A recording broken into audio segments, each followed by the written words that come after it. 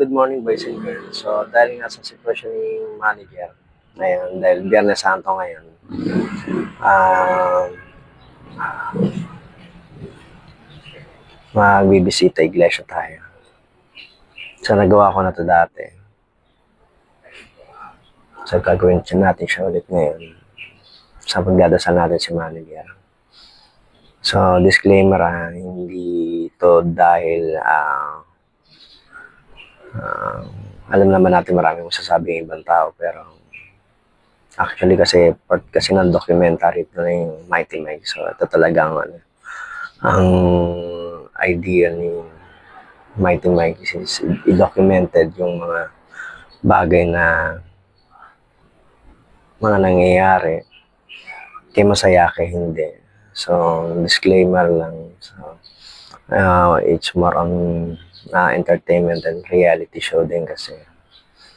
So mixed emotion, maraming agam-agam sa isip ko kung gagawin ko pa to, kaya lang kung hindi ko naman gagawin is para saan pa yung documentary adventure, di ba?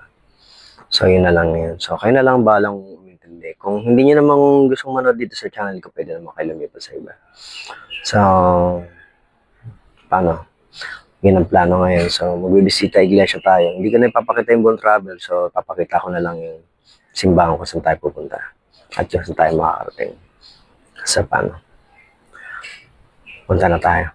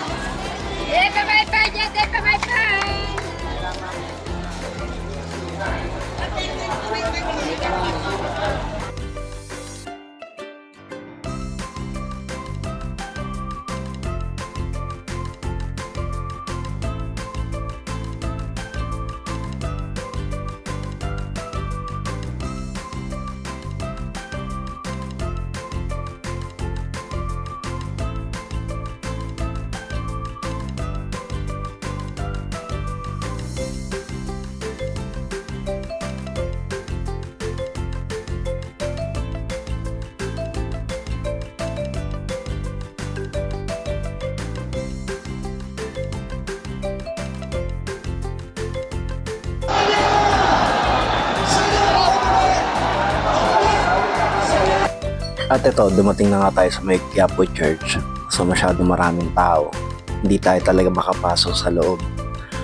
So dito na lang tayo nagdasal, dito na lang tayo nanalangin.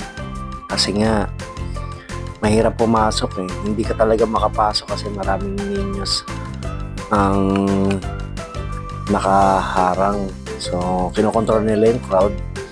At the same time, magkakaroon din kasi ng prosesyon, kaya hindi na tayo nagtangkang pumasok talaga. So dahil malakas naman ang pananalig natin, alam naman ng Panginoon Diyos na tutuparin yung kahilingan natin. So ang panata is, kung makasurvive si manager, yearly sigurado gagawin namin ito na magkasama. So yan ang ganap sa Quiapo Church. Taga ako 30-30. Ito mo na. Oo.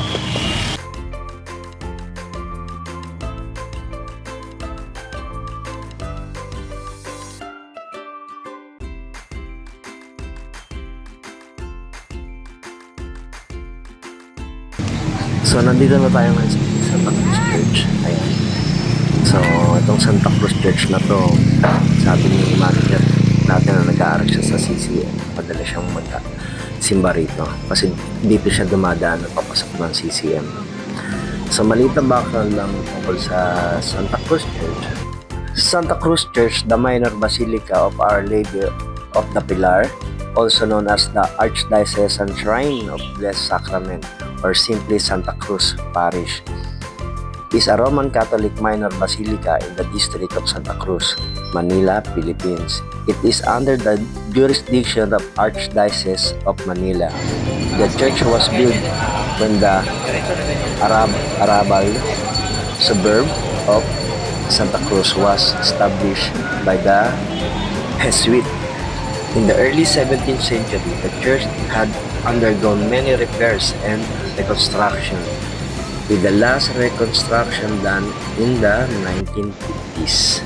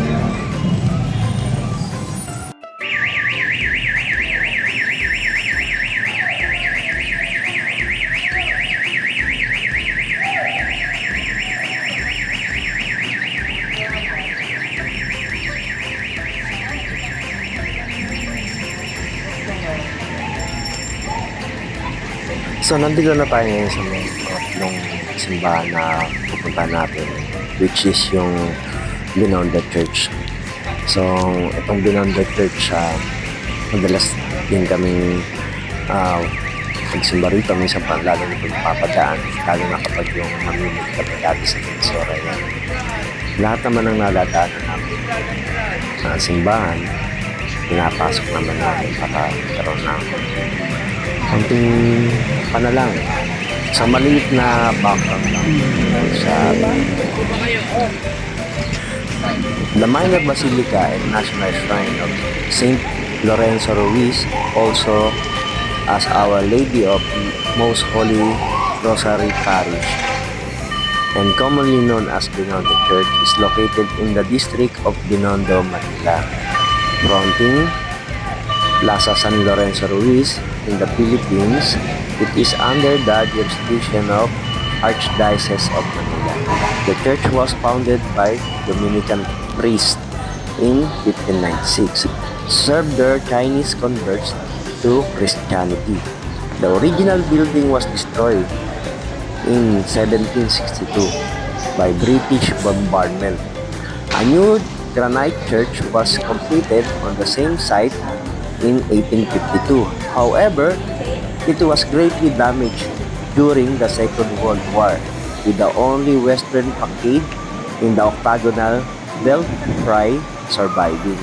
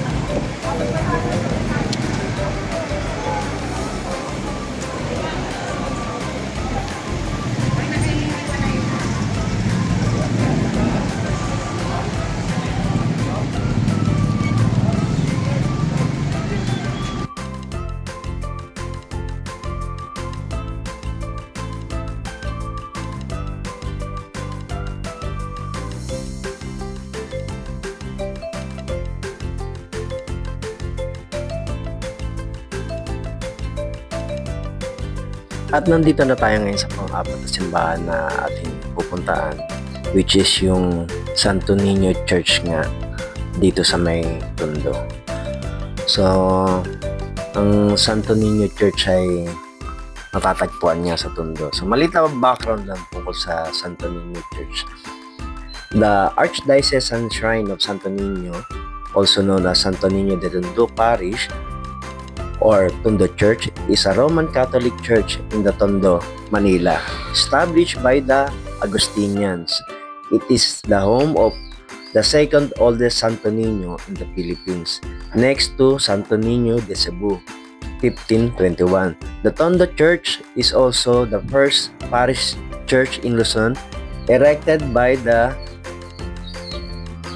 May 3, 1572 statue of the province of the Holy Name of Jesus with Tambobong, Malabon, Caloocan, Betis, Pampanga, Kalumpit, Bulacan as its first visitas.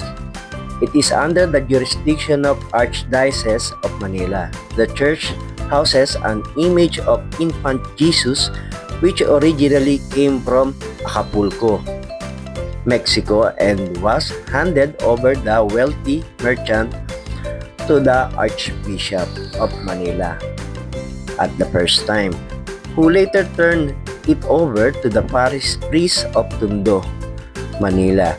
Since 1572, the image of Santo Niño has been enshrined in this church.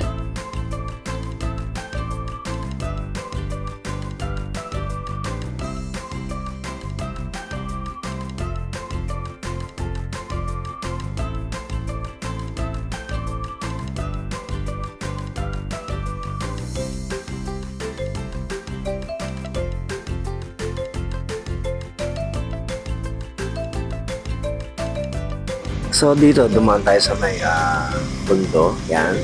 So may bagong kalsada dito papuntang Intramuros. So diyan tayo pupunta. Pupunta tayo ng Manila Cathedral, pati na rin ng San Agustin Church. So bibisitahin natin. So yan mo, ang ganda ng ilog. So yun yung Manila Cathedral.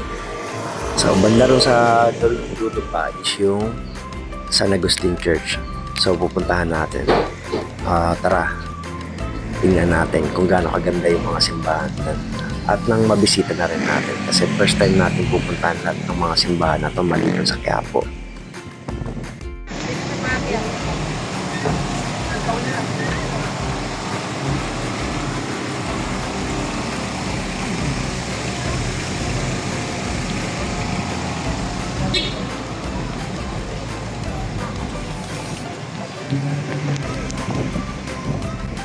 At nandito na nga tayo sa Manila Cathedral. So, katulad nga na nasabi ko kanina, first time lang natin makarating na Santa Cruz, yung Binondo at puntahan na natin yun eh. Pero yung Santo Niño Church sa may Tondo, tsaka itong Manila Cathedral, ngayon pa lang natin ito napuntahan. Ngayon ko pa lang napuntahan kasi napapadaan ako ng Intramuros pero hindi na nakakababa dito eh. Kasi lalo na dati nung nasikaso ko yung SS ko. Yan. So ngayon ko lang nakita ng malapitan tong Manila Cathedral. So yan ang Manila Cathedral. Makikita niyo. Ganda. At pag nandito ka nga sa may Manila Cathedral, makikita mo na para ka nasa ibang lugar. Kasi more on Spanish era yung makikita mo eh. Lalo din mga pagkatayo ng mga building, wala namang masyadong pagbabago. Although yung iba pinipinturahan, pero yung itsura ng Manila Cathedral is ngayon ko palang nakita ng ganyang kalapit. So, nakaka-proud kasi at least kahit pa paano narating natin. So maliit na background lang tungkol sa Manila Cathedral. The Minor Basilica and Metropolitan Cathedral of the Immaculate Conception, commonly known as Manila Cathedral, is a Roman Catholic basilica and cathedral church of the Archdiocese of Manila. It is dedicated to the Blessed Virgin Mary of the Immaculate Conception, the principal patroness of the Philippines.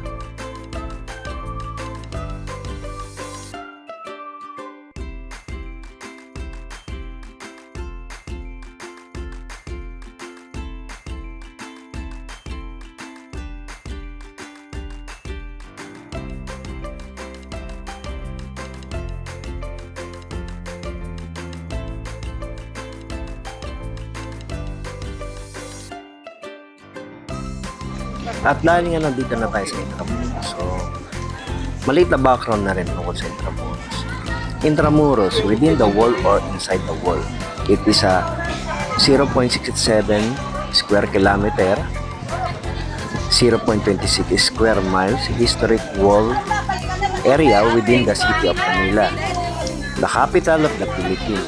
It is administered by the Intramuros administration with the help of the city government of Manila. Intramuros comprises a century-old historic district entirely surrounded by the fortification that was considered at the time of Spanish Empire to be the entire city of Manila, other towns and arrabales, suburbs located beyond the wall that are now District of Manila were referred to as Intramuros, Spanish for outsider the wall, and were independent towns that were only incorporated into the city of Manila during the early 20th century.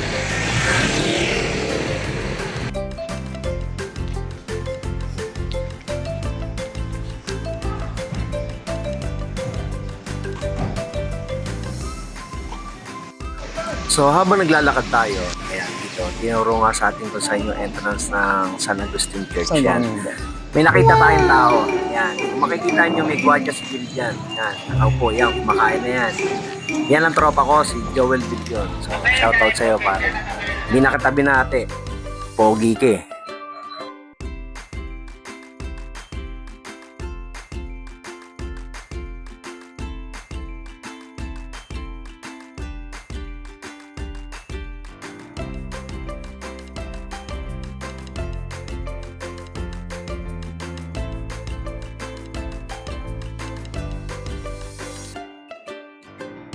So katulad nga ng nasabi ko nung una, yung pagbisita ko rito sa may San Agustin Church dito sa may loob ng Intramuros is ngayon ko lang ito nagawa.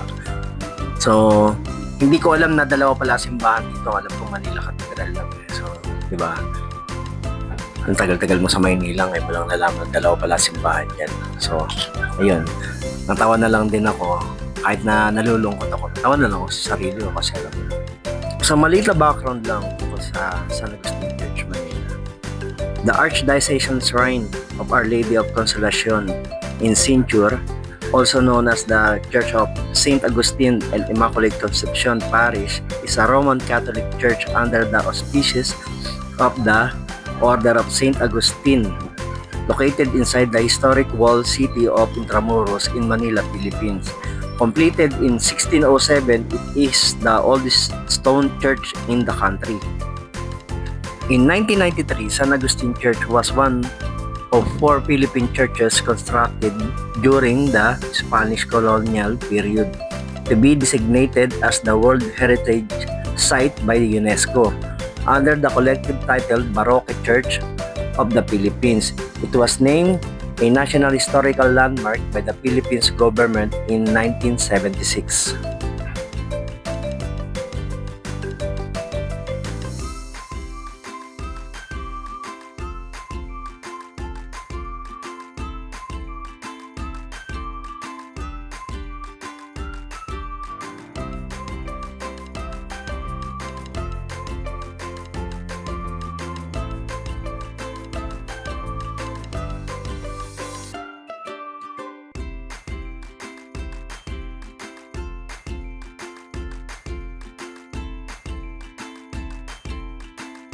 At nandito na nga tayo sa ating huling destination. Ayan, pumunta tayo ng Malati Church.